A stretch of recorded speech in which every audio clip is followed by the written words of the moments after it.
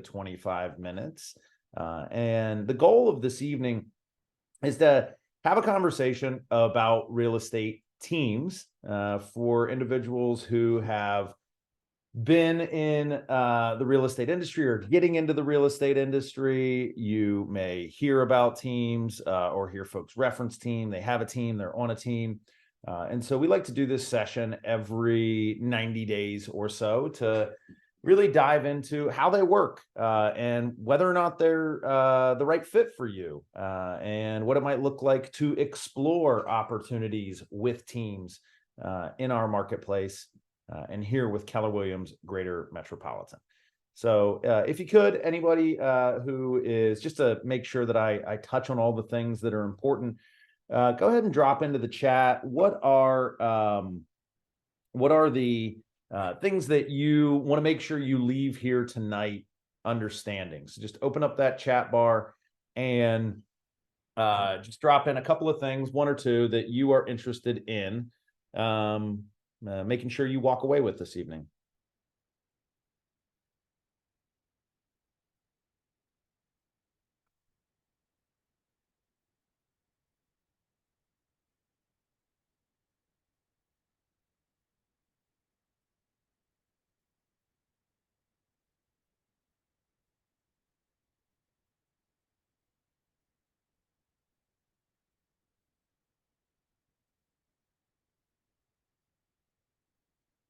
All right, looks like we got one in the chat. What's the benefit of being on a team? Great. We will nail that.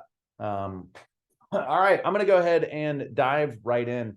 A good framework before we get into the actual function and inner workings of teams. A good framework to have in mind is the brokerage model framework. So a quick little history lesson. Throughout all of recorded real estate history, if you go all the way back to the late 1800s, whenever this profession started to emerge in its current form, all brokerage models were dependent models, where agents had more of an employee relationship with the broker. The financial gain at that time was primarily directed to brokers and to the company. No, not too dissimilar from a lot of what you would see in any other company. And that agents' opportunities for accumulating wealth were less. And so in the early days, there would be a broker at the top of the pile. They would generate leads or generate opportunities or have opportunities for the transaction of real estate. And then they would employ agents to execute that on their behalf. That was pretty much the only way that real estate worked for about the first 70 or 80 years until the independent model came to be. Now, the independent model is the landlord-tenant type of relationship. It is going to be arm's length, hands off, not a lot of things provided on the side of training, support, education, coaching. But the benefit that those independent models brought to the table was the idea that you would have less fees. They would take a smaller commission split, right? You get to keep more of what you make. And this really focused on the only support was for the top agents. And also in this model, agents assume the legal, financial management, and insurance liabilities because it is such a hands-off relationship. And then in the early 80s, the interdependent model, which is the Keller Williams model, came into existence in Austin, Texas, and is now spread throughout the world. And this is where, just as the name says, this interdependence creates opportunities for agents and the company to both have mutually beneficial interests, and so that there's an opportunity for agents to grow with the company. Agents and the broker both stand to gain financially from their success. In a model like ours, the more successful you are as an agent, the more lopsided that becomes in your favor. Teams are a way that gets exploited. And then finally, the agents don't assume the financial, legal, or management responsibility. That rests with the brokerage. But then as you evolve into the team, some of that gets shared. either with the team that you're on or from the brokerage to the team. The idea here is that the real estate team is a way for a real estate agent to grow their business beyond just the work that they do. It is, in effect, in a lot of ways, creating a dependent model inside of the interdependent Keller-Williams model. And so that framework's important. And you're going to hear me talk about one thing that is really key as you get into the conversation about whether or not I want to be on or be a part of a real estate team. And that is knowing yourself, your goals, and what you want to get out of your career in real estate and what you're willing to put in and be accountable to. So above all else, know thyself. So let's look at, what is a team, right? Because I think this is a term that gets thrown around a lot. It's a term that, some people say, oh, I'm on a team or I have a team. But what is it? It starts with a rainmaker. That's a lead agent, a top producing agent who has an abundance of business and then starts to look for ways to leverage the work that they are doing out to other individuals, starting first and foremost with administrative professionals, right? So we teach, according to the Millionaire Real Estate Agent model, which says the first 2 hires that an agent should make to leverage their business should be administrative support hires. And that is going to be a huge value for the agents on the team and the rainmaker. So you're hiring somebody to do transaction coordination, marketing, client care, database maintenance, and really drive the operational processes, not the sales processes, for the real estate team. And then only after that is established would you start to add real estate agents. And the real estate agents that you would be looking to add to a team are ones that are focused on structure, perhaps are looking to offload parts of the real estate sales process to that administrative support. And it's important to understand that, agents on teams will typically do more transactions more quickly. There's a different financial arrangement. So, their income looks similar, but they find more success more quickly, which is really important to a lot of agents who are trying to increase the steadiness and consistency of their income. One question that I often get about real estate teams and, hey, should I be on a real estate team is what does success look like on a real estate team? And does it mean that if I join a team, I'm going to be more successful? Real estate's a tricky thing when you start to look at the averages, and let's just call it what it is. I don't think anybody on this call is waking up each morning aiming at average. So I look at the top agents, right? So whether you are an individual agent or a team agent, you're new to the real estate business and you're starting. What are the top 10% of individual agents and top 10% of team agents? How do they perform in their first year? They both make the same amount of money. The individual agent is going to do fewer deals, but make more money on those deals. And conversely, the team agent is going to do more deals, but make a little bit less on each deal. At the end of the day, for a real estate agent in their first year, top 10% in our company, which is the largest real estate brokerage in Northeast Ohio, top 10% of individual agents, top 10% of team agents make the same amount of money, right? So it's not about how do I make more money more quickly or how do I keep more of what I'm earning, right? Let's just set the outcomes aside. You want to find success in real estate.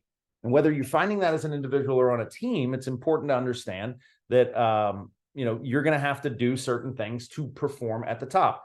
And that trend holds true through the second and third years in real estate as well. So agents who are performing at the top 10% in their second and third year make the same amount of money, regardless of whether they're on a team or not, which goes back to, is the team right for you? Well, what are you looking for in your business? So these are some of the top and most important benefits of a team. This is not an exhaustive list, though, okay? It's important to remember, not an exhaustive list. Charles, to your question real quick, that average gross income, is between $50,000 and $60,000 for the top 10% of agents in their first year. And then it goes to 75 to 85,000 in the second year, and then just right around 100 beyond that. So let's talk about what these benefits are.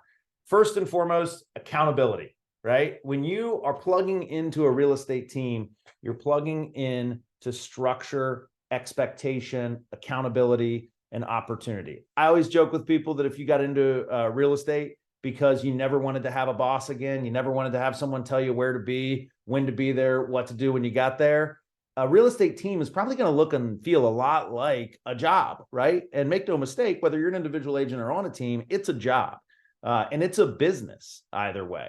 But that accountability for some folks, they want the external force. They want the guiding hand. They want the expectation of tell me what to do and when to do it, and I'll do it.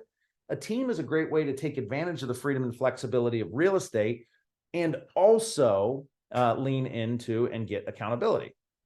Another element that you already heard me talk about was the administrative support for people who find success in real estate. Sometimes the paperwork can be the biggest drag on the whole experience for them. And so when you join a team with administrative support, some of the paperwork, the scheduling, the files, all of that management gets offloaded to an administrative professional.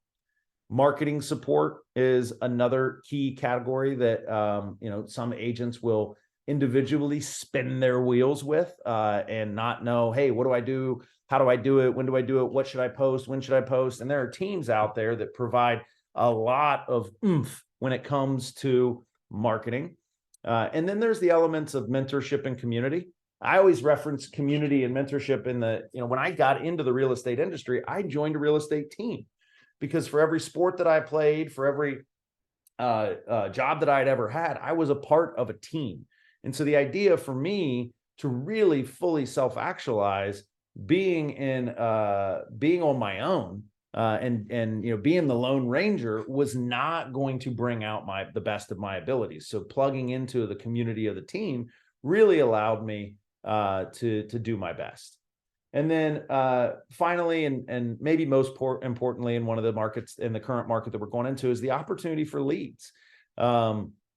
Lead generation is the crux of real estate success. Those who do it well find success. Those who don't won't. And so sometimes it's easier said than done to just go lead generator. Who do I call? How do I call? When do I call? And so real estate teams that provide opportunities with leads, whether from the database of the Rainmaker or generating them through the internet or purchasing them, those are as a huge element to the value add of a team. Here at Keller Williams Greater Metropolitan, we have over 30 real estate teams. There's a ton of opportunity.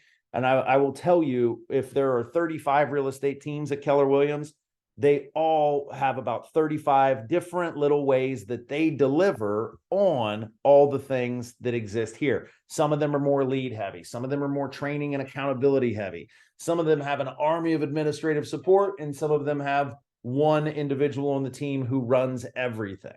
So it's important to understand that not all teams are created equal. Not all teams operate similarly.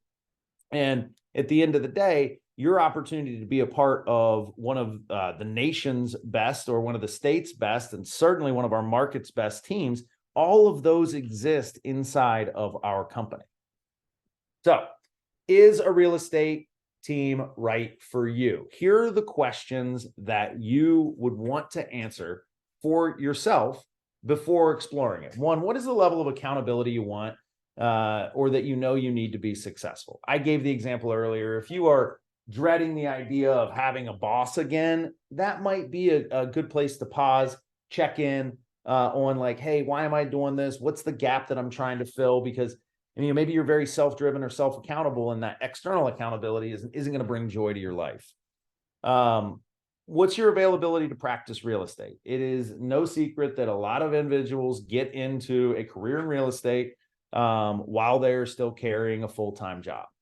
For some folks, it's never their intention to leave that full-time job. And for other folks, they say, hey, as soon as I'm making enough money in real estate, I'm out the door, right? So what is your availability to practice? Dual career doesn't necessarily mean that you can't join a team. We have plenty of successful dual career agents on teams. It's just an important thing to understand, because when you start to meet with teams, start to have conversations about expectations for being on teams, you're going to start to hear things like, well, we are all in the office at 8:30 in the morning. If you have a full-time job, that might disqualify you. So just make sure you understand that. What are your strengths? Like, what do you do really well? Hey, I got a background in sales. I'm good at negotiation. I'm a lead eater. I can do a lot. I'm new to the area. I don't have a sphere, but this is going to be my full-time job, and I'm going to dedicate all of my time and energy to it. And then finally, what are the gaps in your business? Hey, am I missing leads? Am I inexperienced? Do I want a really hands-on team? Am I terrified by paperwork and technology and I want a team to take off that? And the short answer is anything that you're looking for to fill a gap in your real estate business, it can be solved by the right team and the right relationship with the team. If you're looking to take your business to the next level, if you're looking to stabilize and grow your business, teams can be a great option. We just need to really understand it's not a magic pill. And there is nobody out there with an abundance of leads just waiting for you to decide, hey, maybe I'll do a deal today. So understanding your opportunities, your strengths, your weaknesses, your opportunities, and those things that will challenge your business is really important to maximizing the conversation with a rainmaker about being a part of their team. All right, so let's talk about how the money works. That's always an interesting one for folks, and I think it's a question in the chat. Of the 35 teams, there's going to be a bunch of different commission split opportunities between you and the team. On average, and the majority of teams follow a 50-50 split. So that split is going to take place before your split with the Keller Williams Market Center. So you work for this team, and you close a $10,000 commission, you're going to get $5,000 and the team is going to get $5,000. And then both of you will have your cap obligations to the real estate brokerage, which is a 64-36 split until you cap. So if you're capped, you'll get $5,000 straight away. If you're uncapped, it'll be $3,200 for that 36% to come out. So a couple of things to point out here, because sometimes folks see that and they're like, whoa, 50%, that's a lot. Well, keep in mind, there is a lot that team will be providing you, right? All the accountability, mentorship, support, administrative help, marketing support. They may have provided you the lead. May have taken care of all the paperwork as soon as it was under contract. And out of that 5,000, they're employing their staff, reinvesting in the business, reinvesting in marketing. Out of your 5,000, that's your pay. So I always joke that some of the individuals with the highest profit margin in our company are individuals on teams. Plain and simple. They have limited expenses. They have others making investments in the business on their behalf. That's over here for the real estate team. And that they have the opportunity to earn very aggressively inside of that system. So one thing to point out is when you join a real estate team, your cap is reduced. Depending on the size of the team, the cap can range anywhere from $5,000 to $9,000 to the local office. Your $3,000 royalty always stays the same. But in the event that you're the first agent on the team, you're going to have a $9,000 cap, which is reducing your obligation to the brokerage by 50%. And keep in mind that only the funds that you receive contribute towards your cap, not the total commission. It's after you're split with the team. And if you're an active agent who is a capper at 18,000 and you decide to join a team, there will be a grace period where you will maintain that full cap before it is reduced, and that is typically around a year. So if you are interested in joining a real estate team, we have a very simple process for you. You raise your hand and you express interest to the Market Center. That's me. That's the rest of the leadership team. And then we're going to have you fill out an interest form, which is going to detail, hey, what's your availability? Are you dual career? What are the things you're looking for in a team? And we've had every team fill out the same thing so that we can try and match you with 3 to 5 teams that are going to be a fit for what you're looking for, and they're going to help you exploit your talents. Then you're going to, then from that point on, we're going to make an introduction to you and 3, no less than 3, no more than 5 teams. And at that point, you're going to interview those teams. It's your decision and their decision as to whether or not you're a good fit. And then if you join that team, we will we'll support that transition, and you're going to hit the ground running and take off. But it's really simple. Let us know that you're interested in joining a team, fill out the interest form and the Keller personality assessment, interview with teams, and then pick the one that you like the most, or decide that, hey, maybe team's not for me. I'm going to stay in productivity coaching. I'm going to keep really building my individual business. So, one thing that always pops into people's minds is, hey, what if I want to leave the team? Guys, it happens every day, and we're all adults. We're all business owners. We're all professionals. So when it happens, you let the rainmaker of your team, the team owner, know that you're going to be leaving the team. And then you connect with me or any other member of the leadership team. At that point forward, we're going to help you plug back into everything that we're doing as a company, get you the opportunities around, maybe it's another team, maybe it's a solo agent, maybe it's a coaching support. And then you're going to, get all of the same support and love and care and concern from the market center that you always have, whether you're on a team or not. And we're going to help you find success all the same. It's important to know that anything that you have under contract or anything that you have pending while you're on that team will still go through as though it's a team transaction, even if you leave partway through the deal.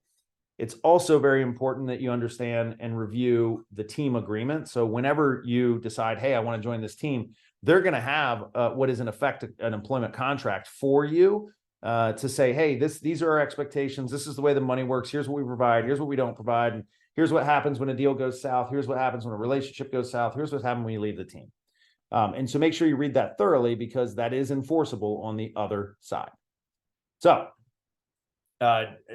I see your, Gabrielle, I see your hand up, so we'll get to you in just a hot second.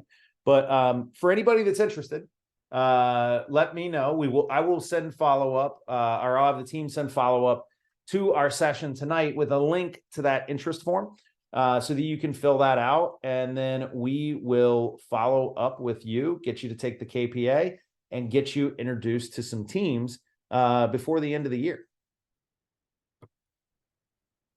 All right, so Gabrielle, we'll start with you since your hand's up. What questions do you have? What things was I not clear on, or what did I not cover? No, I didn't have any questions. I was just raising my hand to say I wanted to be a part of a team. Oh, okay, great. Well, does anybody else have any questions? Yeah, I got a question. Sure. So, if I heard you correctly, you're saying that on average, somebody new coming into the industry, being on a team, on average, can gross about the same as somebody who's a little bit more, I guess, individually self-driven and can do their own whole business by themselves. They can, at the end of the day, the average is about the same, about 50, 60. Not the average. That's okay. That's the top 10%. Oh, top 10. I'm sorry. Top 10%. My point there is that, the strongest agents thrive or bloom where they're planted, right? So some people look at the financial arrangement with the team and they're like, oh, I'll never make any money. And that's just not the case. Like, you plug in, you take advantage of the team, you make good money. And some people say, well, I want to keep more of my commission. Well, guess what? You can as an individual agent. You just have to then take on all of those other responsibilities and be accountable to them yourself. And if you're the type of person who can do that, and guys, we have 450 agents in our office, 300 of them are individual agents. Like, the majority of our agents are individual agents. And then, we have a third of them that are team agents. So it's not like, oh, everybody has to join a team or that nobody's on a team. some of our top wage earners in the company are team agents that make, you know, $300,000 or $400,000 a year after they're split with their team. So it's all about blooming where you're planted. My point around that is that it isn't that team agents make less money, or that individual agents make less money. It's just the top agents in each category starting out are making the same amount of money. It's about finding the right fit. Okay, thank you. I got another one more question. So Yeah. this the personality assessment. Yeah. Can you elaborate, like what exactly will it be asking, and how do you I'm just interested in the process of Yeah. how Yeah. you So align it. the Keller personality assessment is a tool that is just it's going to analyze some behavioral traits around responsiveness, aggressiveness, optimism, and it's a consistent framework that we use when hiring employees to the real estate to our real estate brokerage, that our teams use when hiring administrative professionals, and that we use when hiring real estate agents.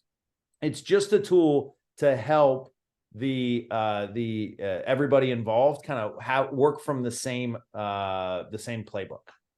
And it's not invasive. It's not, gonna stir up anything crazy. It's just a snapshot of like, hey, how does Charles behave or react in certain situations? What does that mean around his problem solving, his responsiveness, his skepticism, whatever it is. Okay, thank you.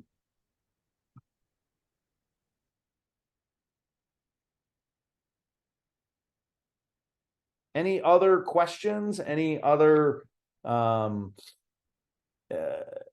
of interest that we'd like to touch on?